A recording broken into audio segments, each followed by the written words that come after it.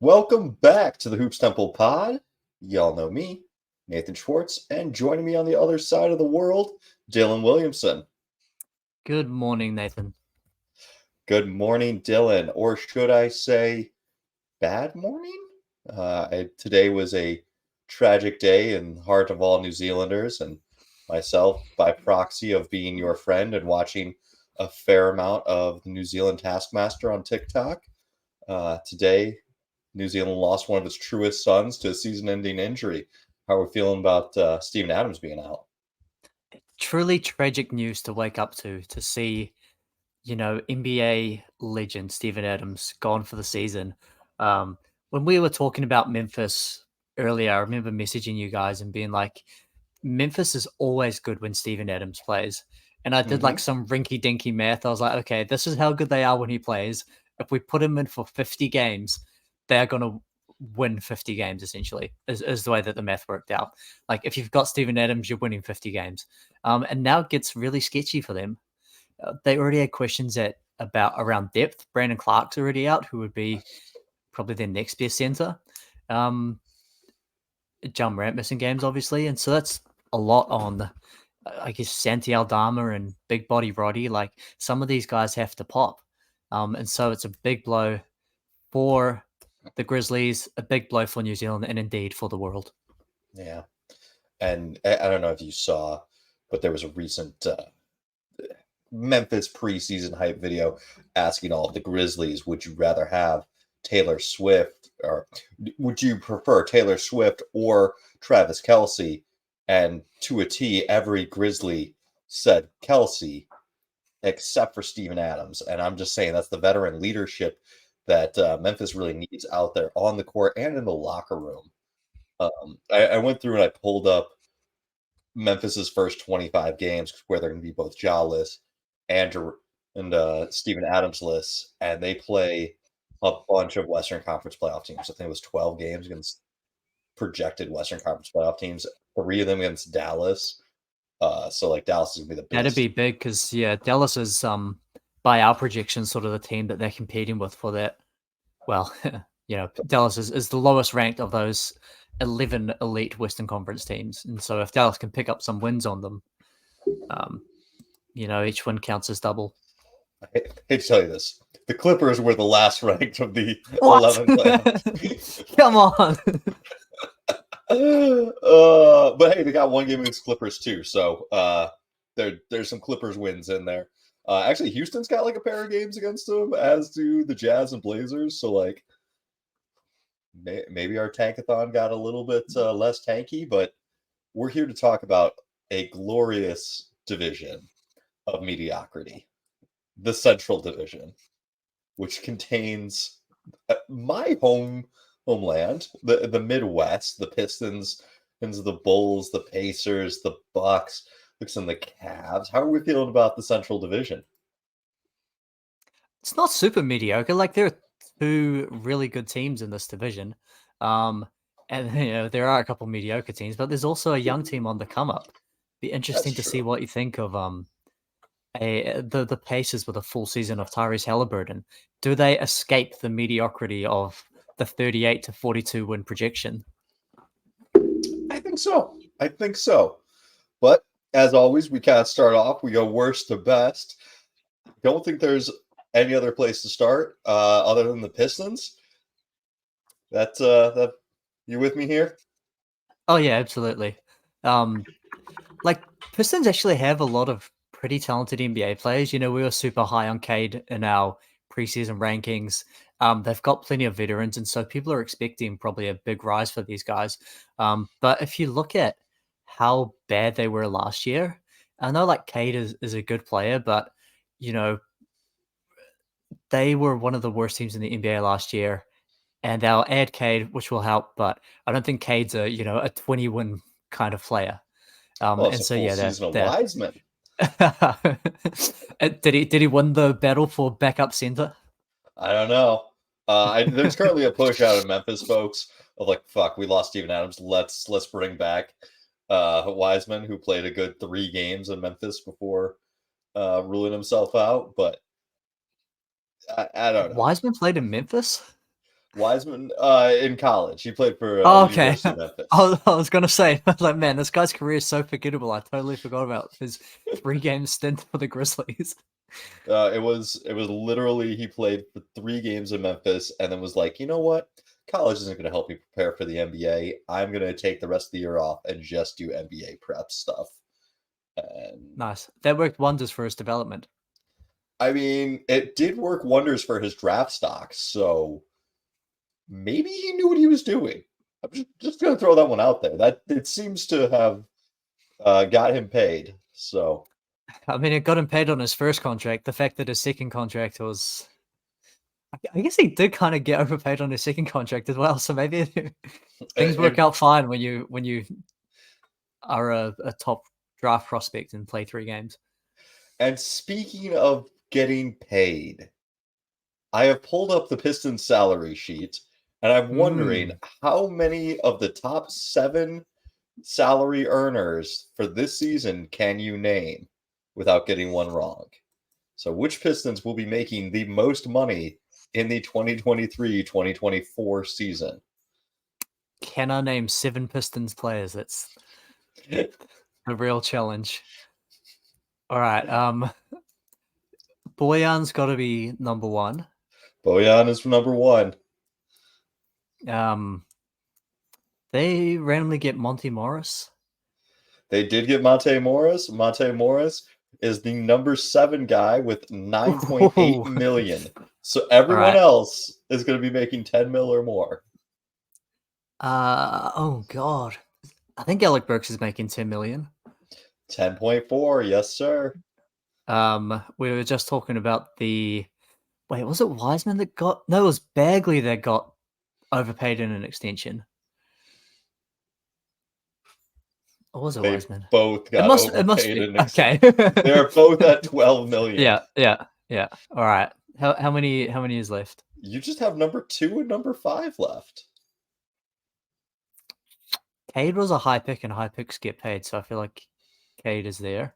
Cade is there, 11 mil. Then we have 19.9 million. Who are the Pistons paying $19.9 million to? 19.9. Oh, Joe Harris? JoJo Harris. Joe Yes, sir. Harris. Out. Way to get them all. Yeah. I think that's the sad state of the lineup when you're looking at you're like, oh yeah, our highest paid guys are Monte Morris, Alec Burks, Joe Harris, Bojan Bogdanovic. That also speaks to what I was talking about before, though. Like, this team actually does have pretty good depth of veteran players. Like, if their sole goal, and they brought in a good coach too. Like, if their sole goal, if they have no other incentives other than win every game, they could play those veterans and get to like a solid level of mediocrity. Yeah. Don't play Duran, don't play Bagley, don't play Wiseman, limit Ivy, waive Killian Hayes. You could put together an 8-man rotation of actually good NBA players. Hey, I'll have you know, Killian Hayes led the Pistons in points per game during the preseason. This is the year of Hayes. Is there even a spot in the rotation for him? I have him as 3rd string point guard behind Cade and Monte Morris on my depth chart. And that might be worse because I think the Pistons are leaning towards starting Joe Harris over Jaden Ivey, which could be really interesting. I like the idea of starting Joe and Bojan Bogdanovic, just having a lot of spacing and shooting out there for Duran and Cade to operate in. I'm not sure what the rest of that lineup's going to look like if they either go big with Isaiah Stewart or maybe give Asur Thompson a start. It'll be interesting to kind of see, but I think it's a good look. Yeah, and what's that good look going to work out in wins? I don't know. What were are you projecting them for big improvements? I would love to see them have a big improvement year, but I think they're like a year away from that. A year away from being a year away. Like last year, Orlando was 34 wins. I think that they need one more season before they can make that 30-plus win jump. So I'm going like 25. I know that's really harsh, but they were 17 wins last season.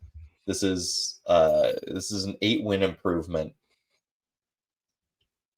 and gets them above Washington in my book. Puts them above Washington, Utah, and Portland. So not a bottom 3 team anymore. Respect. Um, I ended up a little bit higher on them, so I still think the defense is going to be really bad. Like for all of Jalen Duren's athletic ability and his potential, like he's still a really negative player as your defensive anchor.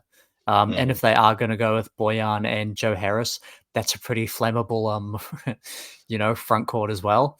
But with Cade and with that spacing that you're talking about, I think the offense is going to get to a level of respectability. And so with my projections, they actually came out as a 31 win team. Big improvement Wow. expected.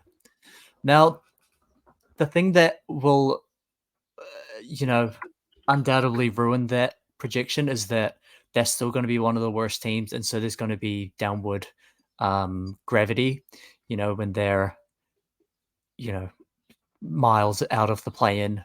Um, Mhm. are they going to keep trying to play at a 31 win pace? Probably not. And so, like, yeah, you lose a few games there. So maybe what was your projection? Mine was 25, and I was starting to feel like that was a little bit too harsh. But No, I've gone over on a lot of teams. It just kind of felt like I had to go under on some teams. yeah. I feel like maybe like 28. Um, they'll play it around a sort of low 30s win pace. But then when you get late into the season, there's no reason to keep playing your veterans to get to 31 wins, and so that drags them down, and we'll go with 28 wins.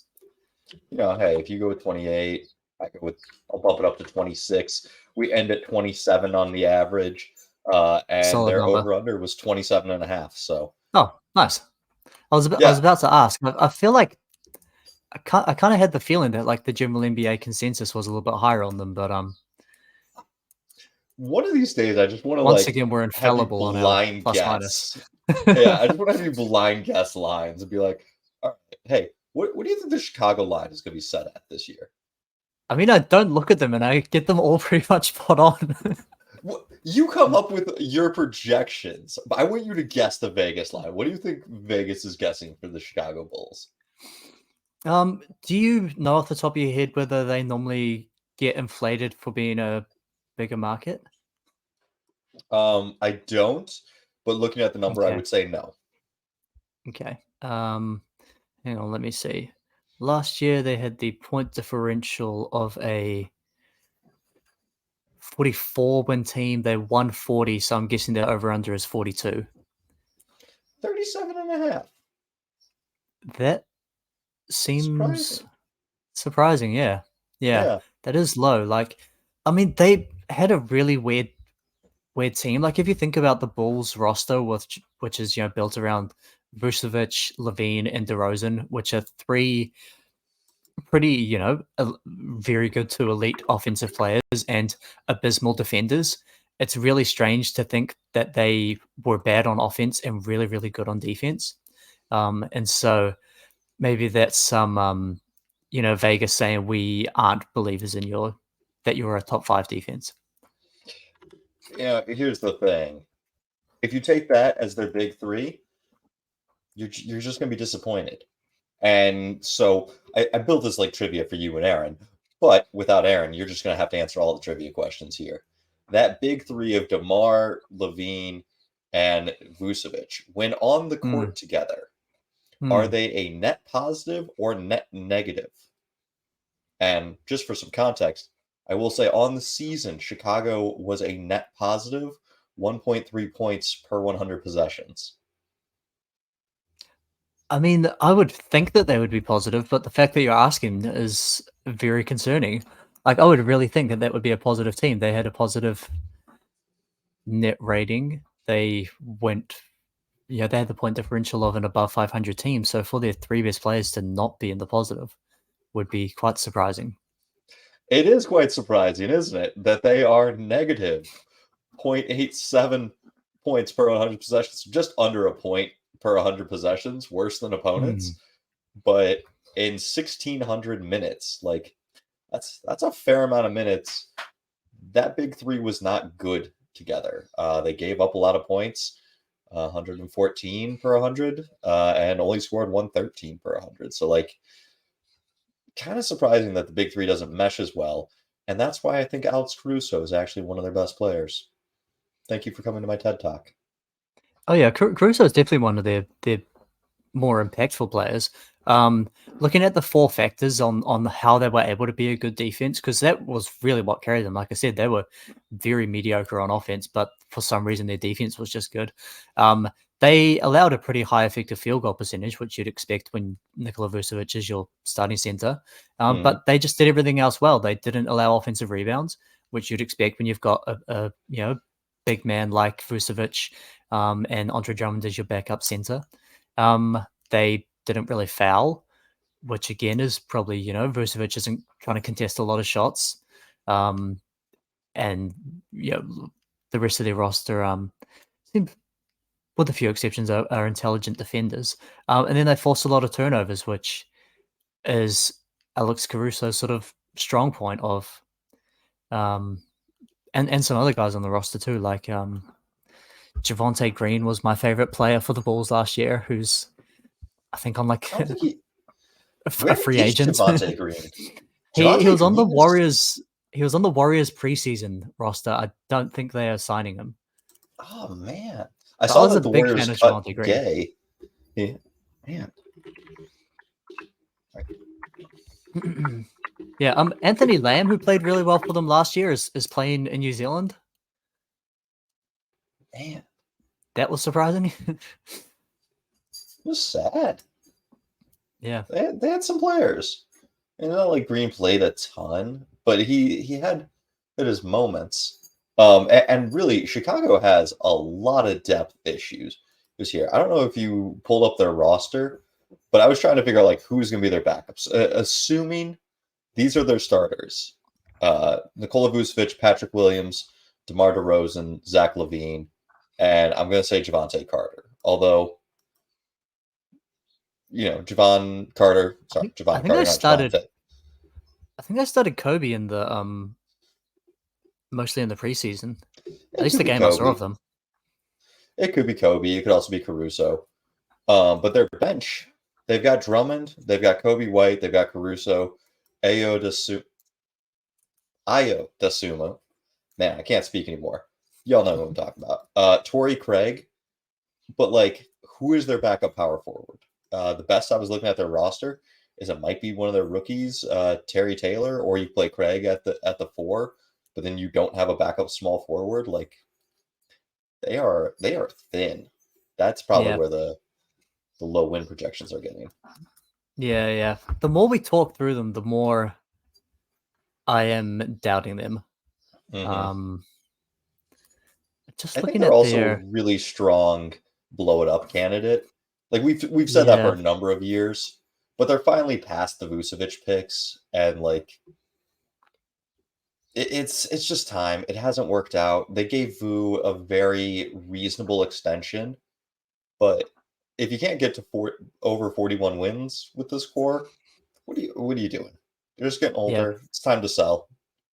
And they did get boosted by like the Patrick Beverly era. I'm just looking at their most played lineups. Hmm. Their by far their most played lineup is Io with the other four guys.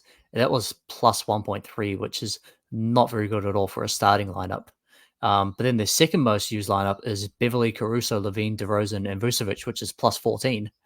Um, so like they kind of got boosted by this weird Patrick Beverly run. Um, Yeah. that's They need a point of attack defender. They have a really strong defense when you have a top point of attack defender, which is what Caruso did well for them, is what Lonzo did well for them. yeah. It can Javon work. Carter is a good point of attack defender. Yeah, he's solid. I would say Milwaukee would feel his loss, but with Dame there, they're probably just going to be Yeah, happy. I think they're good at point guard.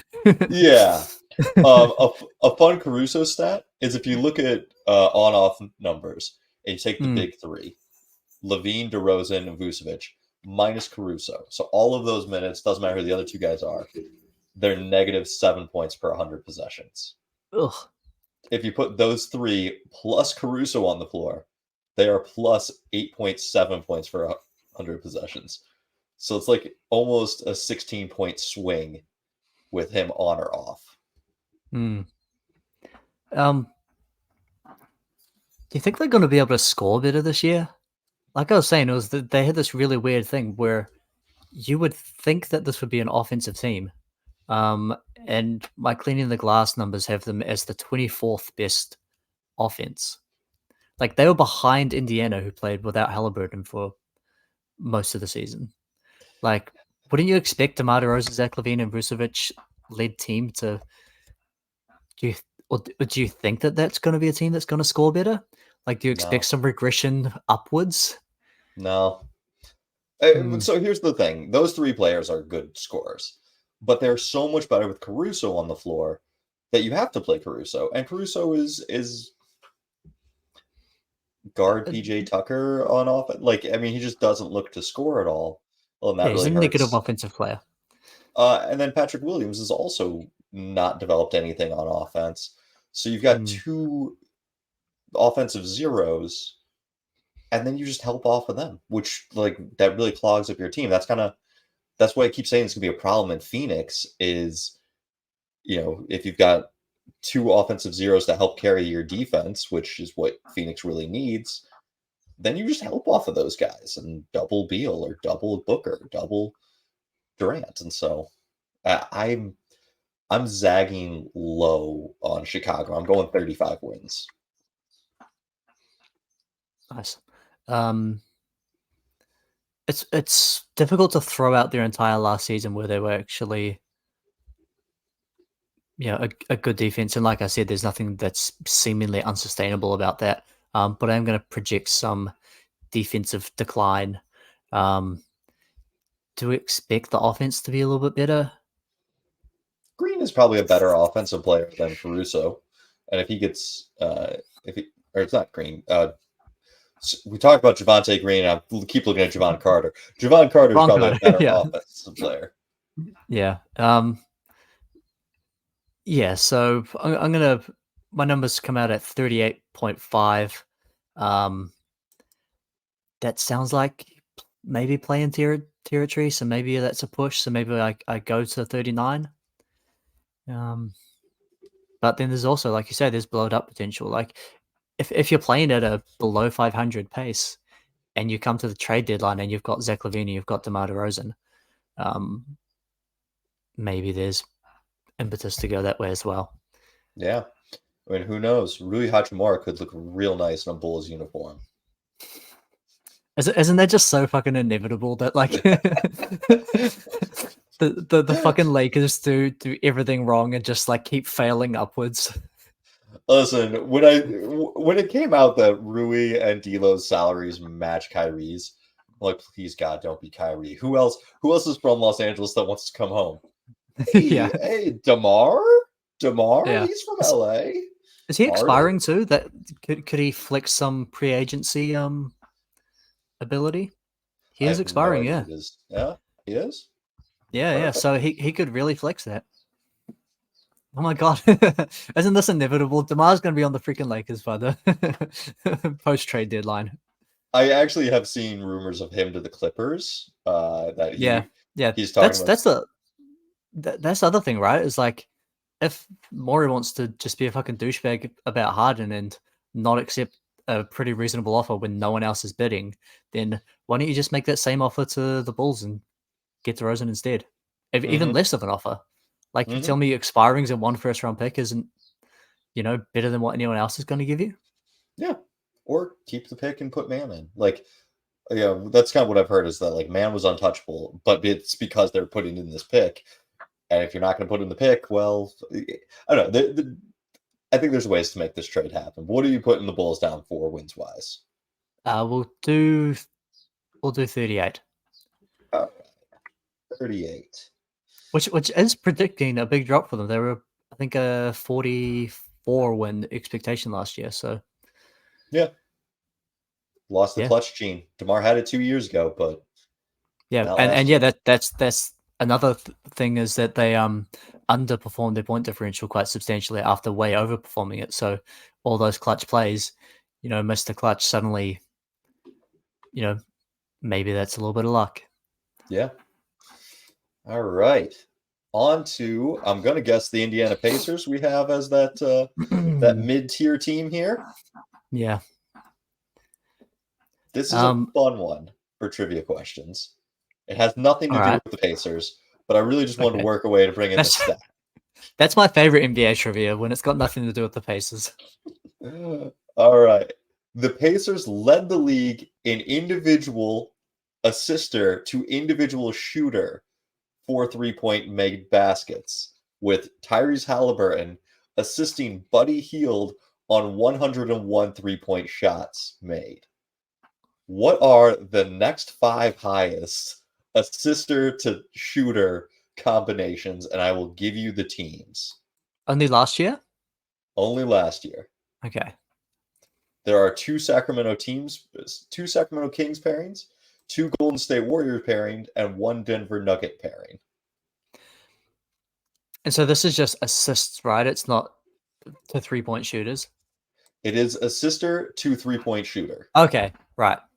I'm gonna guess Draymond to Steph and also Draymond to Clay. No, actually, neither of those are correct. Oh, interesting. Very interesting. You said there were 2 Golden State duos, and I'm sorry, Draymond to Clay is correct. Yeah, and then there's the other one, Steph to Clay. The other one is Steph to Clay. Interesting. Mm-hmm. And then 2 from Sacramento. 2 from Sacramento.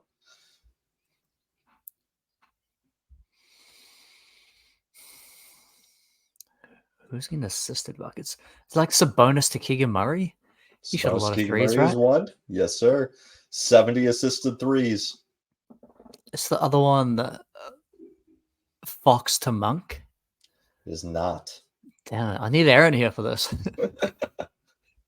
I really wanted to work in the fact that Tyrese Halliburton assisted Buddy Hield on 101 made threes. Yeah. Jokic to Michael Porter, I think, would be the Denver one. 63. It's not like De'Aaron Fox to Trey Lyles, is it? Nope. Is it just rearrange all the players I've already said? Sabonis to Monk? It is Sabonis to Kevin Huerter. Oh, second most man, what in the league. Yeah. I forgot Kevin Huerter existed. I was like, who's playing the 2 for Sacramento? Yeah. No, that makes total sense. Yep. So Indiana made a couple of offseason acquisitions. Obi Toppin, Bruce Brown. They drafted that Jarris Walker kid who's super athletic, super mobile. Well, could be one of the fastest teams in the league. What are we thinking? When they played with Halliburton last year, their offense was ridiculous. And so I'm expecting a big jump there. Buddy Hield, though, is making a bit of a fuss. Like, they played him all year at the 3, where he provided a lot of value to their offense. Like you just said, he was, Halliburton was, just handing him 3-pointers on a silver platter. He's either coming off the bench or not playing.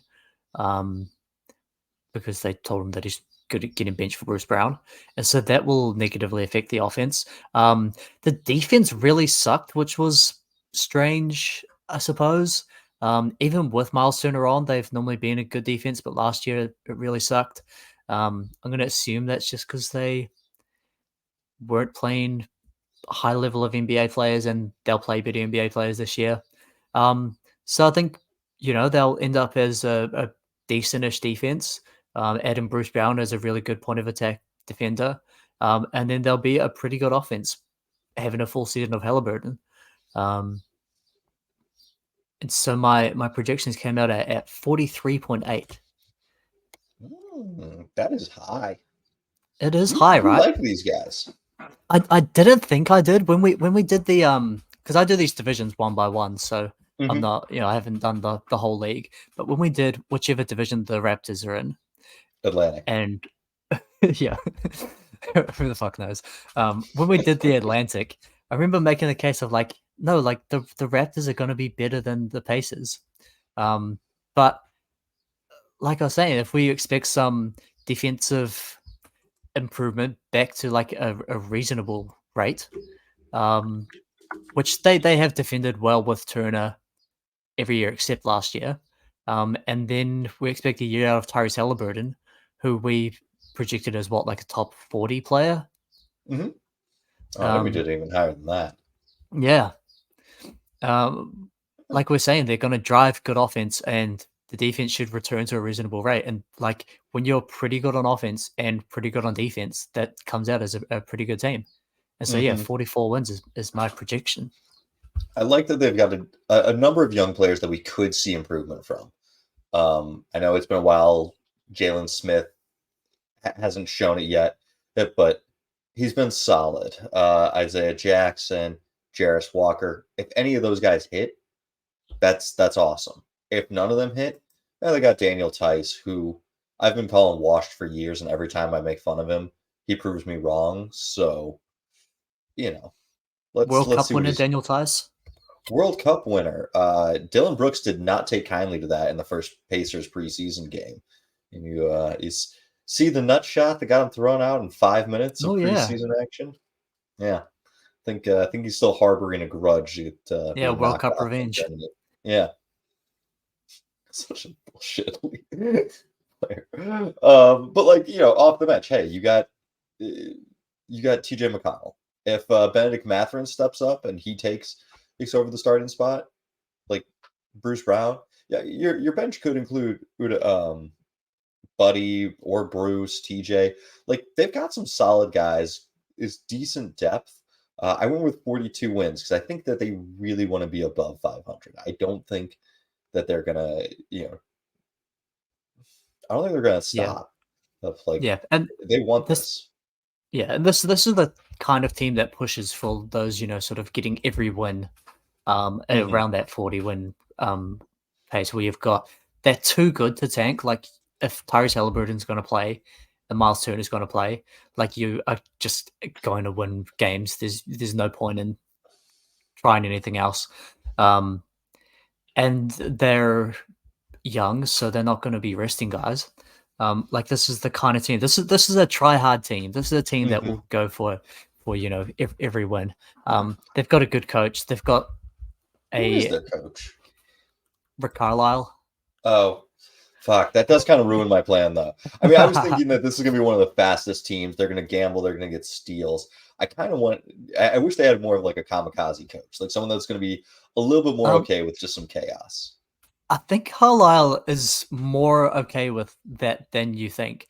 I think he kind of gets colored by the Luka years, where Luka is like such a slow guy that he just slows down the entire team. I think that was more Luka than it was Carlisle, because the Pacers have been a reasonable pace since Carlisle's come on. And I think he's a smart enough coach that he's going to realize that the way that they are going to be a really good offense is by pushing the pace. See, I'm not coloring him that because of the Luka years. I'm coloring him that because I'm old and I remember him coaching the Pistons at the start of the 2000s, and then the Pacers. With Dave O'Neal and Ron Artest, and those Pistons and Pacers weren't putting up 120 possessions a game. No, those were some defensive slugfests of teams, but I think he's a smart coach and he'll adapt to his roster. Well, I'd like to see it. I went with 42, you went with 43. So I think we're both in favor of them being a solid above 500 team.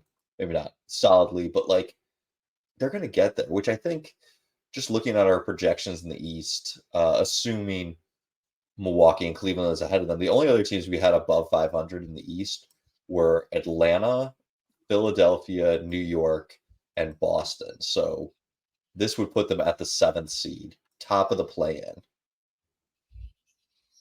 That feels about right. Feels like a good spot for them. Well, from the Pacers to the Cavaliers. I guess just one thing before we move on. If they lose Halliburton or Turner for any extended period, like their offense or defense, respectively, are going to really suffer. And so they are quite reliant, I think, on those guys. If Daniel Tice becomes your backup center or TJ McConnell becomes your starting point guard, like you're really going to suffer. And so that's the way that this could go down. But those guys aren't particularly injury prone, and they're both young, so we shouldn't expect that. Yeah, that is always a fear. Like I said, they've got good depth. Everyone has good depth until the season starts and they start losing guys. Yeah, And when George Hill becomes your backup point guard and TJ McConnell's the starter, like your offense is going to plummet. Yeah. All right. Well then, to the Cleveland Cavaliers, who boast one of the best four-man units out there.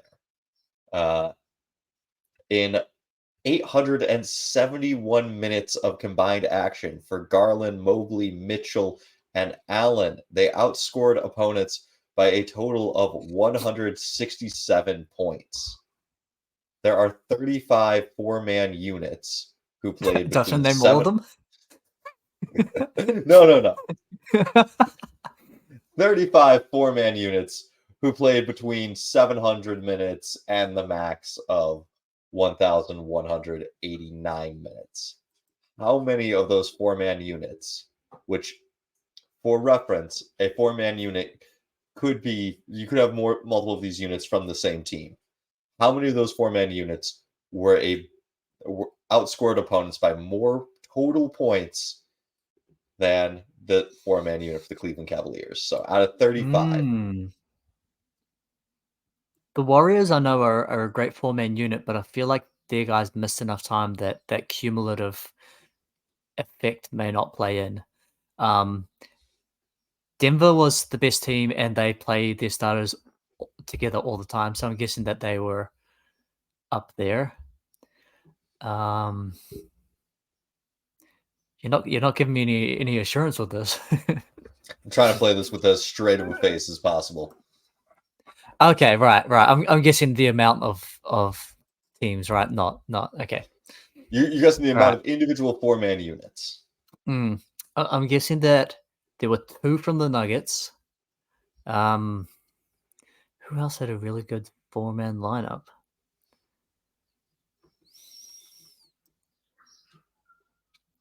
I'm guessing there was a Celtics one because they had, I think, the best point differential in the East. And maybe one other. I'm going to say that there were. No, I'm going to say there were 3.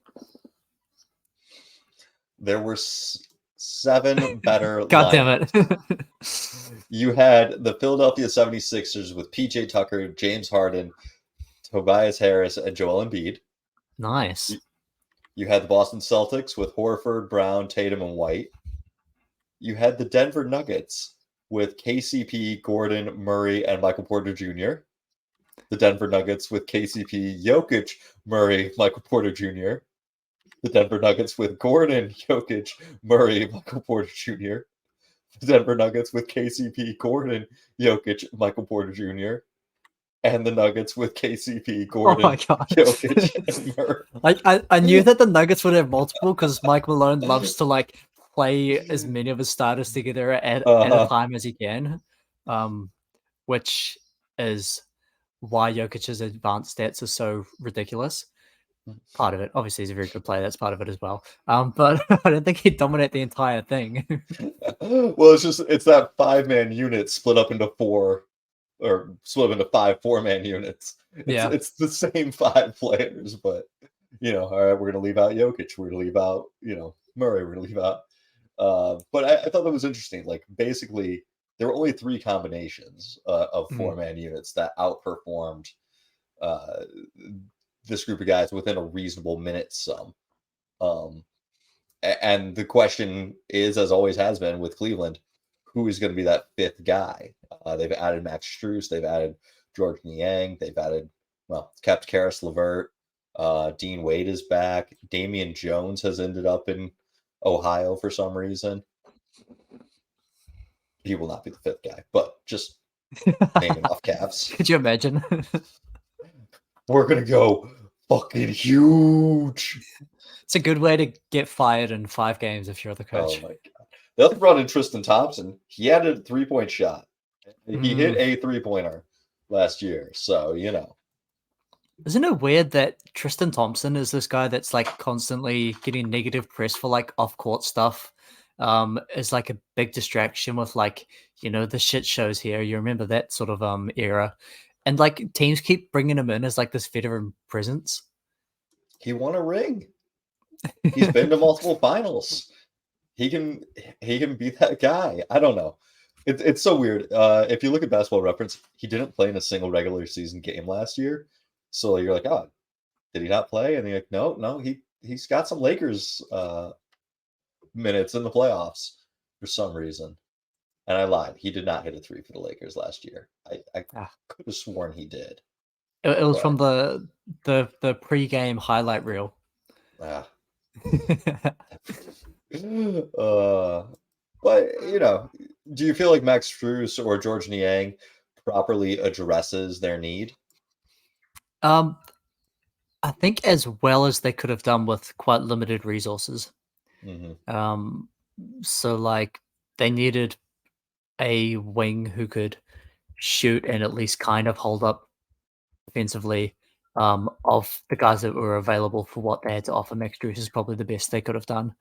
And then, they needed a guy that they could play on the front line that can stretch the floor, who could play with either Mobley or with Allen.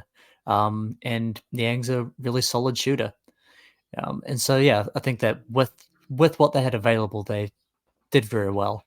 And like this is already a very good team. Like they were the best defense in the league. They what was their point differential? Cleveland 55 win point differential last year. So like this is already a really good team, and I think that they did make upgrades. Do you feel differently? Is that why you race like that? Like it's not perfect, right? Like you want them to have like a two-way wing. But those guys cost you 20 million, not 10. Yeah. I mean, I don't know that I feel like Max Strus is a huge upgrade over Karis LeVert. I also don't know how I feel about having 2 non-shooters and Jared Allen and Evan Mobley out there. I tried to figure out a trivia question that worked with that of like one on, the other off. Numbers aren't great. They're not terrible, but they're definitely better when you have them both on. I'm interested to see. I know. How much do you know about Amani Bates? Has that name made its way across the pond? Like it's familiar. Did he play like J League Ignite or something? He was like he was like a high school. Is that the guy I'm thinking of? Like he was good in high school and then not so good in college. Yeah, he was like one of the top high school prospects going into college. It was like I forget if he was like number 5 or like he was. Everyone expected him to be that next elite wing guy, kind of in the 3-4 mold. Well, your Paul George, your Kevin Durant, and then just off the court issues leading to on the court troubles, leading to some apathy. But he had a really solid preseason. Um, like 10 points in 15 minutes, 45% from 3 on 5.5 attempts per game. So what is that total? I don't know, like 21 attempts. But I'm interested to see if he could be the steal and if he could kind of rekindle and kind of catch fire for Cleveland, because he could be the answer to what they're looking for of just this incredibly long, lanky wing that if he dedicates himself, like I don't see why he couldn't be a Lauri Markkanen type guy for Cleveland. Yeah, I mean that's the way that Cleveland makes the jump is they need to find an answer at the 3 that can provide some offense and not be a defensive sieve, especially when you got Garland and Mitchell as your backcourt. And so if that is a guy like Bates or I mean, we're probably not expecting a big step for Isaac Okoro or Karis LeVert at this point. If Strus can be playoff Strus and not regular season Strus, because he was quietly quite bad for Miami last year, which is, I think, something that should have factored in more to the Miami projection is just how bad Strus was. But if he can be playoff Struce and provide spacing, then this is going to be like this. Either way, this is going to be a really good team because you've got Evan Mobley and Jared Oh yeah. Allen, who are going to guarantee a good defense, and you've got Donovan Mitchell and Darius Garland, who are going to guarantee a good offense. And so, regular season, they're probably fine. Like this is going to be a really good team. It's if they want to be more than a second round exit, finding an answer at the three who can defend and who can shoot is the challenge. Yeah. I do also kind of wonder about like, do you start pushing more chips in now, or do you kind of wait? Because Donovan Mitchell this is his age 27 season. But Evan Mobley is only age 21, like, or 22. So you've got a lot of time to wait on Mobley to continue to develop. You don't have a ton of time to wait on Donovan Mitchell. I know the like increase of 3-point shooting has prolonged how long small guards can be good for, but you still do see small guards fall off quite a bit when they lose their athleticism, when they hit age 30. You've got like a 3-year span right now with Mitchell to really make your mark. And I know they just got the team together, but there's already been rumors of Mitchell wanting out. Two really small guards. It's a weird team, and I'm kind of interested to see what else they do because I don't think that they are actually a serious contender. And I don't think second round is good enough for people. Yeah, I mean, it's sort of I mean, it's sort of going the way of a repeat of the Utah Jazz teams that won 50 games every year.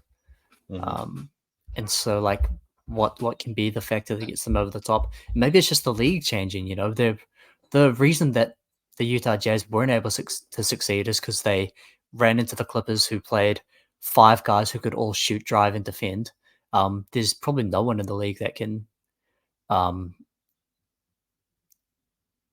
maybe.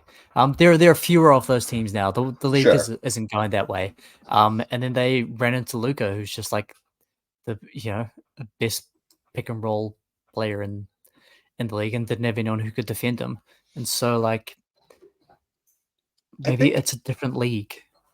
Yeah, if you think about it, they are positioned really well in theory to match up against Milwaukee. They've got these two bigs that you can kind of alternate, have one maybe step out on Lopez, the other one kind of guard Giannis, tag team, alternate between them, have them both drop to the paint.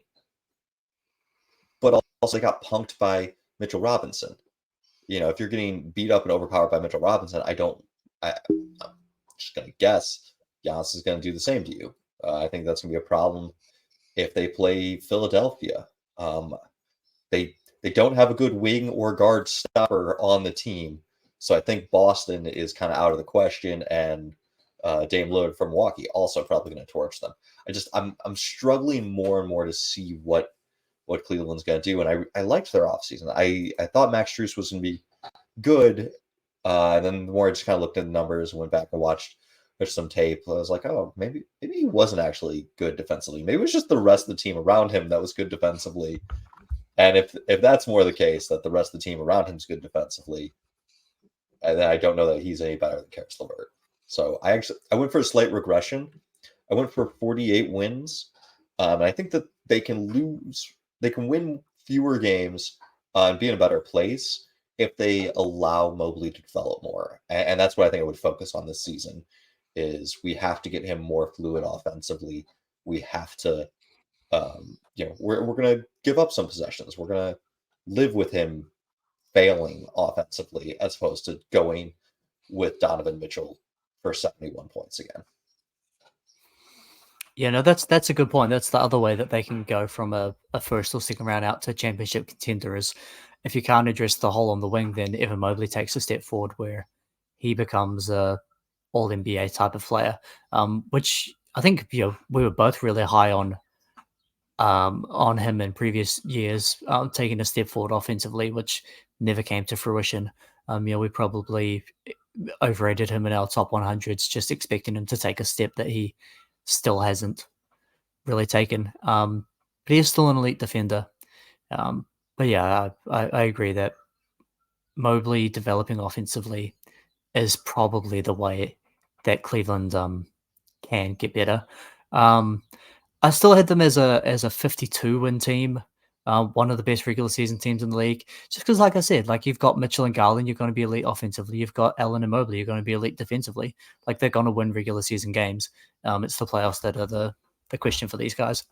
Yeah, like they absolutely could still be elite during the regular season. They could. They could.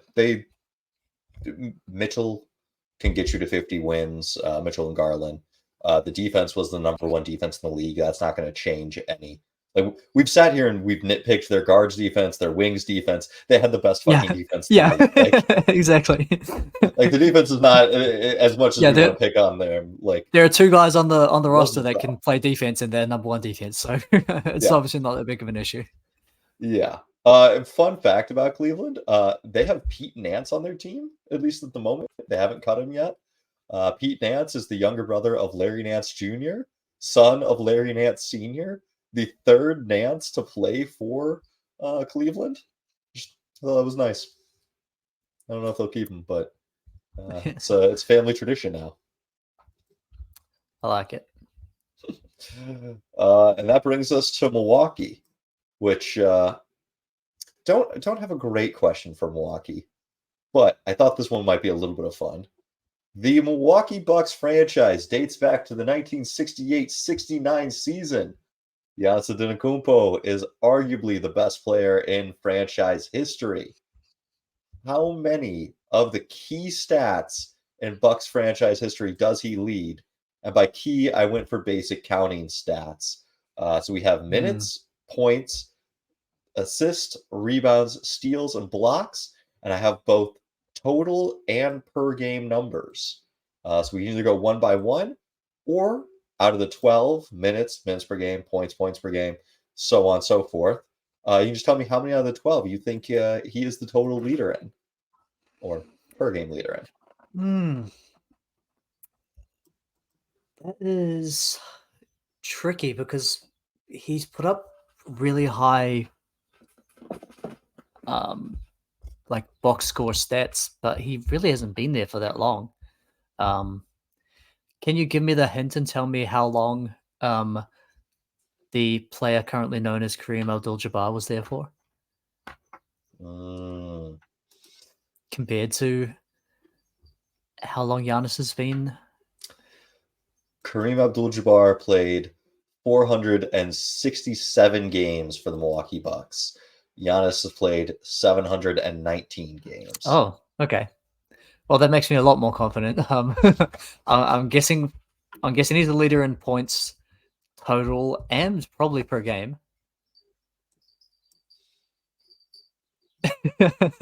You are right on one of those. He is total points. Kareem still has him in points per game.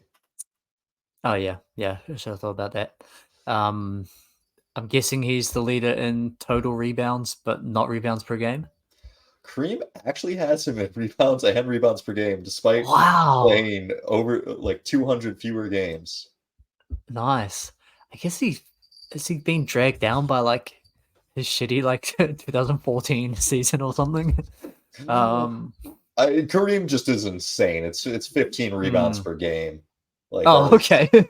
Fuck, never mind. Yeah. I think that might be it. Like, there'll be some like guy I've never heard of that leads them in total minutes. Giannis leads them in total minutes. Okay. Giannis also has total assists for the franchise and total blocks for the franchise. Respect. Assists is the one that I. Yeah, assist is the one that I thought like, okay, that's the one that he won't be a contender for. But man, what a storied franchise! Yeah, a power forward is their all-time leader in assists. He beat out Paul Pressey and Sidney Moncrief.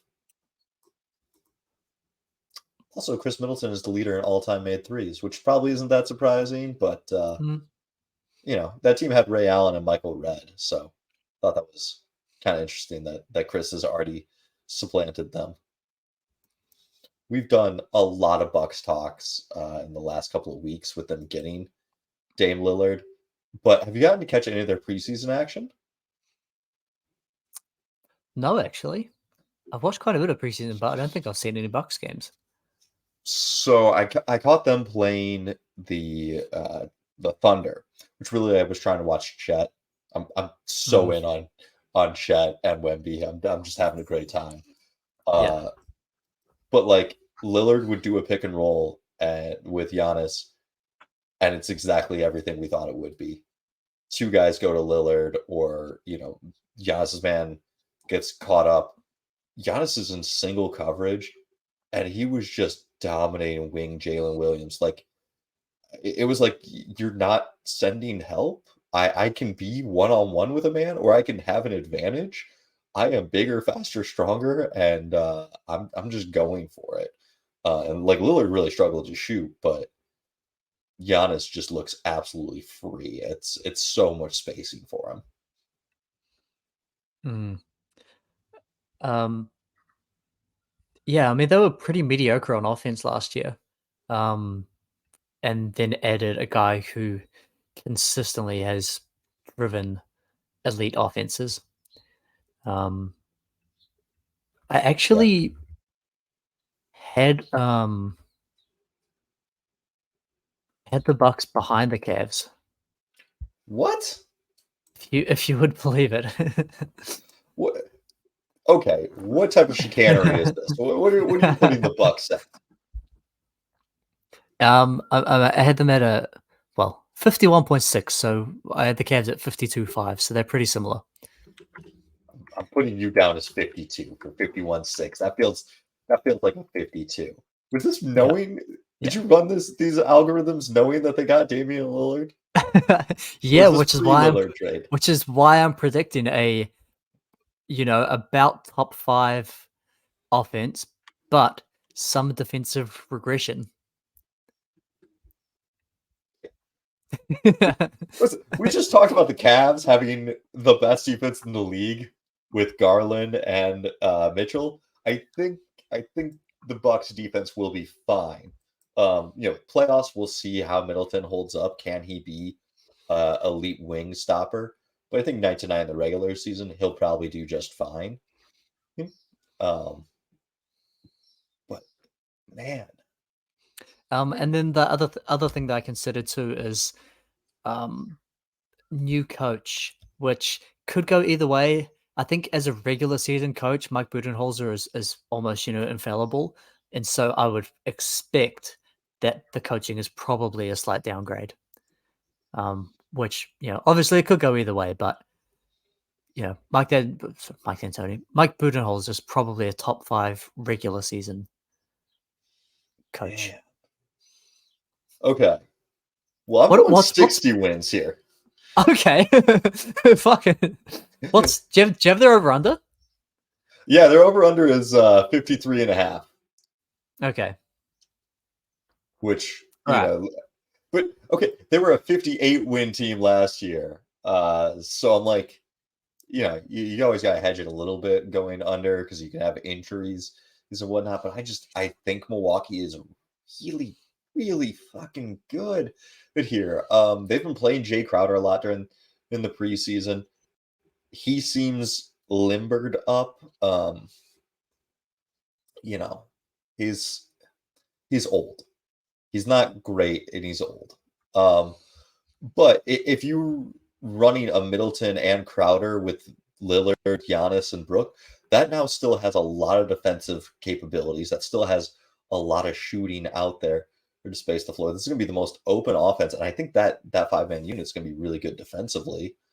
You don't have to do that during the regular season. I mean, you can go Pat Connaughton, and who is fine defensively. Andre Jackson and Marjon Beauchamp had a lot of youthful energy that I think is going to be useful in the regular season. And then they have Drew Timme. And Drew Timme, you don't watch college ball. You don't know anything about Drew Timme, do you? Is he a big white guy that can shoot? He's a big white guy. I don't know that he can really shoot. Okay. But I know nothing about him, but Drew to me sounds like a big white guy that can shoot. do you remember the years when it was like the Spurs would draft someone and everyone would be like, fuck, how the Spurs get this guy? Like, that's such a Spurs pick. That's been Drew Timmy for like the last 5 years because he keeps coming back to college. He's like been one of the best college players for the last several years. Pulling up his college numbers now, yeah, it's 20 points, like 8 boards, uh, like Drew Timmy, just a stellar player that people were expecting him to come out like 3 years ago, and he just keeps going back to college. Um, I think there's a chance that he could provide some valuable backup minutes, during this season. I will always be dubious of a rookie providing value.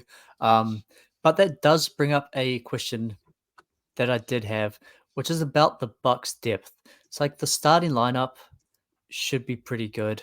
Well, I mean they've got 4 really good players, and then you've got Bobby Portis, who's a very good sixth man, and then your Pat Connaughton, Campaign, Malik Beasley, Jake Crowder, who I guess if he has a bounce back, that's a decent player. And then you're like into Beauchamp and Robin Lopez. Um, like there are some depth concerns around this team as well. I hate to say this, they may have cut Do Drew Timmy. Oh no. This is such a this is what you get for bringing up a Yep. rookie and being like, this guy's Tim- going to contribute. Timmy's been cut. Sad day. But my point still stands. Someone's going to pick up this guy, and he will provide some big white stiff minutes. He will be the next Luca Garza for a team. Awesome. I don't have too many worries about their depth. Like Robin Lopez is a fine, serviceable backup center for the regular season. He won't play in the playoffs. They'll go down to a 3 big rotation of Lopez, Giannis, and Bobby Portis. Wing wise, I trust Middleton. I trust Pat. And if Crowder can have a bounce back, that's your shooting guard, small forward rotation. Those 3, and then Lillard's gonna play 40 minutes in the playoffs, and during the regular season, you can put in Campaign. So, like, do you know who their first starter is going to be? I think they've been going with Crowder and Beasley because I don't think Middleton's been playing much in the preseason, and he might miss a couple of the early games. So it's probably Beasley then. Yeah, Beasley apparently has dedicated himself to defense. Oh, nice! and is going to be a defensive player. Is he modeling himself after Derek White? God, he Derek White is his icon. Do you have that D'Angelo Russell quote? I think I sent it to the group chat. I see here. Yeah. All right. So I wanted to bring this up in the pod. D'Angelo Russell said, "My inspiration has been Derek White. I want to be Derek White. He doesn't get a lot of credit for what he does, makes all the winning plays, and that's what I want to do." D'Lo, you're not giving him the credit. He is better than you. We would all like you to be Derek White. That's not a... Yeah, do it. Be Derek White. And Beasley, also be Derek White. Just everyone, if you're not good enough to be Damian Lillard, you should aim to be Derek White. Yeah, if everyone could just like become a really athletic long point guard with elite defense and screen navigation, intelligence, and foot speed, anyone can do that. Like it's fucking Derek White. Yeah, it's not that hard. Just be Derek White. Yeah, that's like it's like the offensive version of like who's just like a guard that cannot shoot. Rajon Rondo. Yeah, let's go with that. That's like the equivalent of like Rajon Rondo coming out and being like, you look at what Steph Curry does for his team's offense. That's my goal this year is to be Steph Curry. It's like my boy. It's not a matter of effort or like, I mean like it is partly a matter of effort, but like this dude has like the best foot speed in the league, and you have the worst among like starting point guards. Like there are physical attributes that you do not possess, in addition to your lack of effort and defensive IQ. Like It's not a matter Yeah. of I'm gonna beat Derek White. Like you couldn't if you tried. Derek White is better than you. Yeah. And Milwaukee would really love a Derek White. So yeah, Beasley. Oh, Be that. Milwaukee would cry tears of joy if they could get Derek White. Like that would guarantee a championship if they had Derek White. Oh God. If they had Yeah. D'Angelo Russell, he'd be a solid sixth man. Yeah. But Beasley only a couple years off of his 19 points per game season, so he's got that. Yeah, and he can bomb, and they probably need some shooting. Like this dude Hmm. will put shots up, where they don't really have probably anyone else on the roster besides Dame. Like to a lesser degree Middleton, who will just like if they get it and there's a you know a foot of space, they are going up with it. Hmm. Lopez is a decent shooter. We're talking like Yeah. 35 to 37% the last couple of years. Mm. But he also has a slow shot. So like Yeah, that's guys one don't thing. stick to him. Hmm. You can recover, or you can get back to Lopez. He's got, I mean, 7 foot, so he's got a lot of length, and that's gonna be hard to get out on. But I'll live with, yeah, if I'm dealing with a Giannis Dame pick and roll and they kick to Lopez, I will live with that shot, which is a scary place to be. Like we're living with Splash Mountain, just raining them down. Yeah. Do you think this team will be top 5 on offense and defense? At 60 wins, you must be thinking that, right? Yeah, I mean they were fourth in defense and 12th in offense. Um, giving up giving up Drew for Dame, I think that's might drop them back. Maybe not top 5, but I think like top 6 or 7 in both. Um, Mm, with one of them being top 3. Like I could see offense being third and defense being like 6th. mm, right. Yeah, I'm going to bump them up a little bit as we talk through it. I think that I didn't give them enough credit for probably the offense. So I'm going to project them to be about 6th on both ends of the floor, which works out at 53 wins, Got a just whole over the nother win Cavs. out of you. Well, that pretty much concludes our Eastern Conference. Mm, If we look at all of our wins, I'm just going to list the wins for each team here. We're projecting the Bucks with 57, Celtics with 55, Cavs 50, Knicks 49, 76ers 48, Hawks 44, Pacers 43, Heat 40, Magic 39, Bulls 37, Nets 36, Raptors 33, Hornets 33, Pistons 27, and the Wizards 24. Uh, we don't have anyone in the teens, and I feel like there will be some team that only wins mm. 19 or fewer games. Yeah, I mean it's a little bit hard to predict who that team will be because it's probably someone that gets an injury and they blow it up, Hmm. or it's it's downward gravity that's not really like projectable. In the same way that I was talking about, the Bulls are or the Pistons will play at a 31 win pace, but then they'll stop doing that. That's hard to predict, and so I think it's better to go over because you don't know who that team's going to be that falls apart. Absolutely. That's that's the wins. That's the Eastern Conference, baby. Uh, Dylan, any MVP thoughts? Just to get a Hmm. preseason MVP prediction on the pod official. Yeah.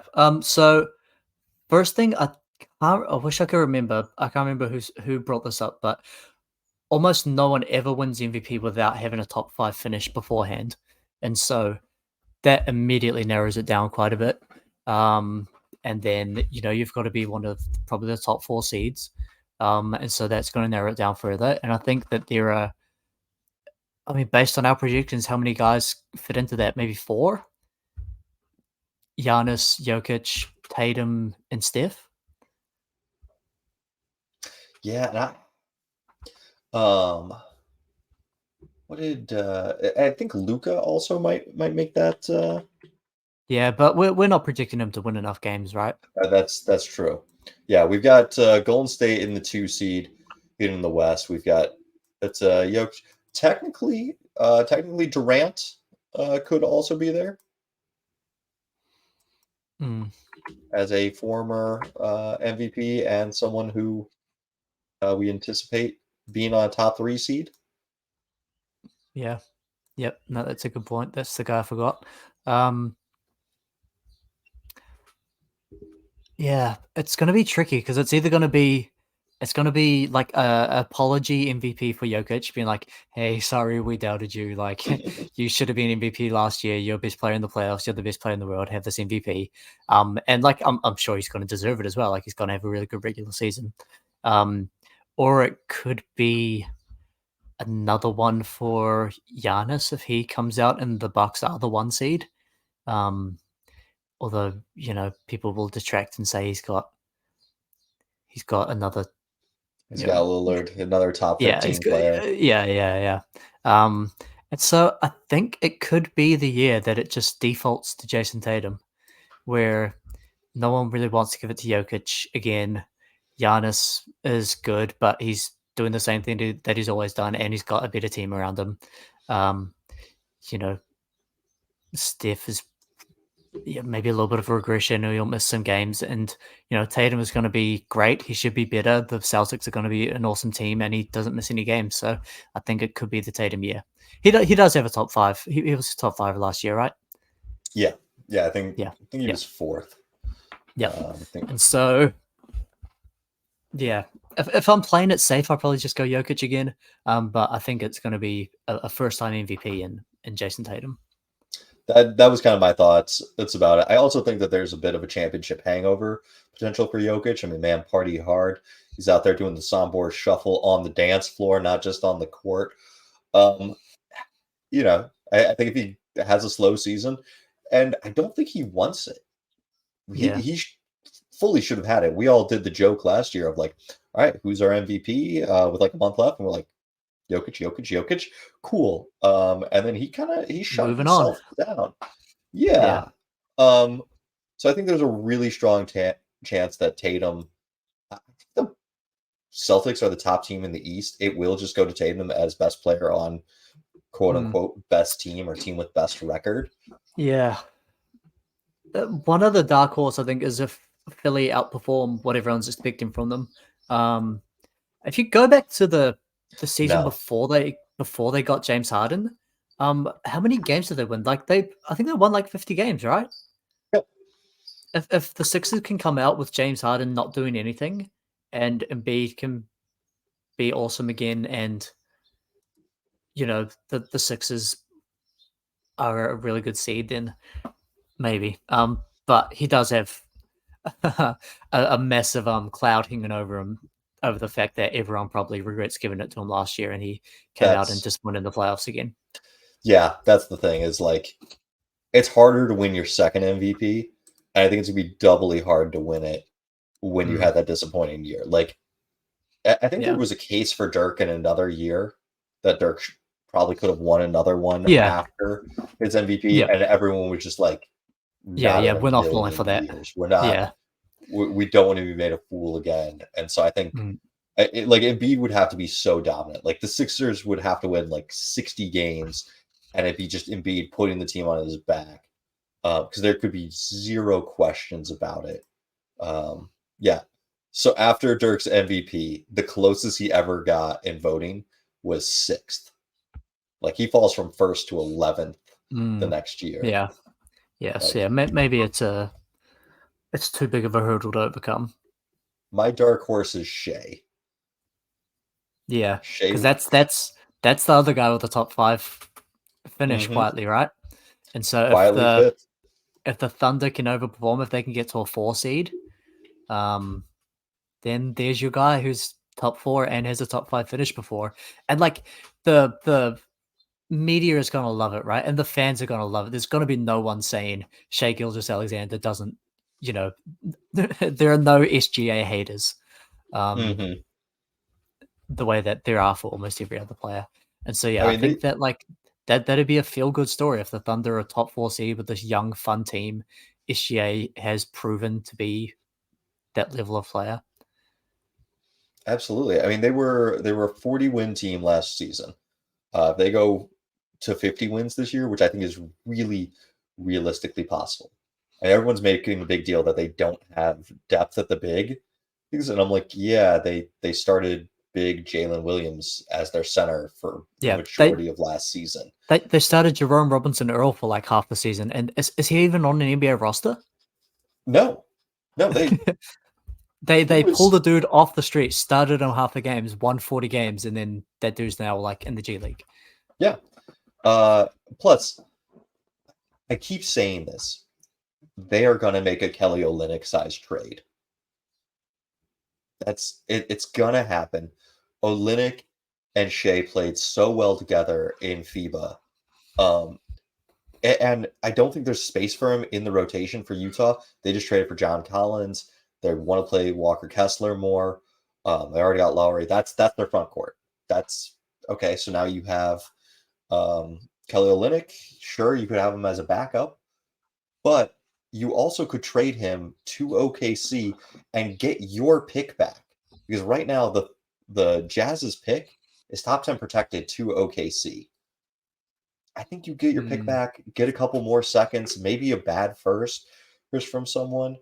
I think that's probably a great move for Utah. And then now the Thunder have depth in the big. Yeah, and that's the exact player that really succeeds with the Thunder as a big. Is like Mark Daigneault makes it work with poor defensive centers. Like he finds a way to be decent. And they love to play 5 out. And so when you get now a guy who's like not just a credible threat, but like an actual really good 3-point shooter, and you put him around out on the floor and he's standing at the top of the arc and SGA is going downhill, and now you've got a choice of leave Kelly Olynyk wide open or let SGA go 1-on-1, then that becomes like that's the way that the Thunder succeed. Yeah. I think they're gonna be so dangerous this year. It's gonna be good. I think they're gonna be good. Have you seen the Josh Giddey Enjoyer TikTok account? Yes, sir. I'm in a fancy basketball league with them. Oh, nice. My girlfriend was saying that she wishes she could get on she doesn't want all the NBA content, but she wants like to be like in one little niche. And so like her favorite player is Kristaps Porzingis, and she's like, I wish I could like get the odd like Kristaps Porzingis TikTok without getting like all this other NBA stuff. And I was like, do you know there's an NBA account that you might enjoy? Because it's just so fun. So shout out Josh Giddey Enjoyer. Shout out Josh Giddey. He's been a really cool dude. Yeah. Jack, the Kings fan, started a group chat. And he's been like one of the coolest dudes in that chat. I love that all like the best NBA TikTok dudes are all like doing shit together, you know? It's really fun, and because of my proximity to Aaron, I'm getting like pulled into this because like I got like 5,000 followers right now. That's not much in the grand scheme of things. Like the other guys are like 70,000. You know, like Slim Dookie's in the chat. Yokochio Stars is in there. We tried to get Pablo, but Pablo doesn't play fantasy, but he's come on the pod a couple times. Cool dude. Yeah. Man, there's a really great there's a solid like NBA content creator brand. Channel. It's yeah. Well, since you did a girlfriend story, I gotta tell you the story of my wife. Because I told her that Steven Adams is going to be out, and she's like, "That's nice, sweetie." Like, doesn't know. And I'm like, "No. Here's who Steven Adams is," and I showed her the video of him like carrying Tony Bradley away, and then showed her the video of the Memphis Swifty baby. Yeah, him being a Swifty. The first words out of her mouth after seeing those is he married? Does he have a girlfriend? Like, what are we asking here, sweetie? What is this? So, pretty sure my wife would leave me for Steven Adams, and I'm not gonna say that I wouldn't be upset, but I will say that I kind of get it. It's understandable. Yeah, there are some things you just have to accept as a man in a relationship, and that there are certain people that you just cannot compete with. Yep. Um, Steven Adams could steal your girl. Steven Adams could steal your girl if your girlfriend's in the club and Walker Kessler's there. Like you're just in trouble. But he won't, and I think that's the thing about Steven Adams. He could, but That's hopefully a he good won't. point. But It's a good hopefully he man. won't. He seems like a man that respects the sanctity of marriage. He does. He does. Well, Dylan, any final things you want to say? Any final plugs for the season or takes? Could I be a pain and just get you to do some math? Sure. Since you got the spreadsheets, what's our total wins for the West versus total wins for the East? Total wins for the West versus total wins for the East. We have 628 Western Conference wins. We have 614 Eastern Conference wins, which means we have 12 more wins than physically possible in the That's not NBA. bad, actually. That's honestly not bad. I'm surprised that it's so close. I guess that the East is so strong at the top really elevates them. Mm-hmm. And yeah, like 12 wins is easily doable by like one team having someone's going to have an unexpected injury. And so I think it's the projections are actually pretty good. You know what's funny is I actually did the numbers on East versus West last year, and the East had 626 wins. The West had 604. So East beat the West last year, which doesn't usually happen. Actually, that's a little bit surprising. I mean, how much is that getting dragged down by the fact that the Rockets and the Spurs are both in the West and the Celtics and the Cavs? Did they both have the two best records last season? The Bucks and the Celtics had the two best records last season. And the 76ers, yeah, Bucks, Celtics, and then the Sixers were third, yeah. And then the Cavs were fifth, so you get a lot of wins at the top. I think what really dragged it down was the fact that the Lakers and the Warriors, and even Phoenix kind of and the Clippers. Yeah. Although I'm sorry, Dylan, I just expected from the Clippers to be injured half the year. But like the Lakers, Warriors, Clippers, Suns all kind of ended better than they started, or at least on paper were better at the end than in the beginning. So like I don't know. Also Minnesota had some major injuries. Memphis dealt with Ja. I think this year bounces back and the West reclaims the throne. Yeah, I agree. Cool. Well, Dylan, plug your stuff. Where can the people find you? Still just at the Hoops Temple podcast. I'll get round to it one day, man. Come on, we gotta get on this TikTok thing. I gotta get in before like the season fucking starts. You got 2 days. Oh shit! I was thinking like like those like random videos and it's like blind ranking celebrities I'd want to have a beer with. I was like, man, if I can get to like 5,000 subscribers as an NBA content account, then I can like make those random videos just for fun. Just got to build it up. I was going to deliver quality NBA content so I can blind rank celebrities. You do the sheep rolling down the hill thing. I find it entertaining. I always want to see if it's going to make it. Never does. I've seen it work like twice. I never watch those. I always skip it. I'm like, no, you're not getting me with this bullshit TikTok. The only exception that I'll make is when Jokic Joestar does his little screw twirly thing. And he's like, I'm just going to do this for a few more seconds so I can get paid for this video. I'm like, respect, man. I'll watch this. You're doing great. Well, thank you for listening. Please, if you have any questions, thoughts, whatever, email us, hoopstemple@gmail.com. Follow me, Nate _hoopstemple on TikTok. Love to hear from you guys. Peace out.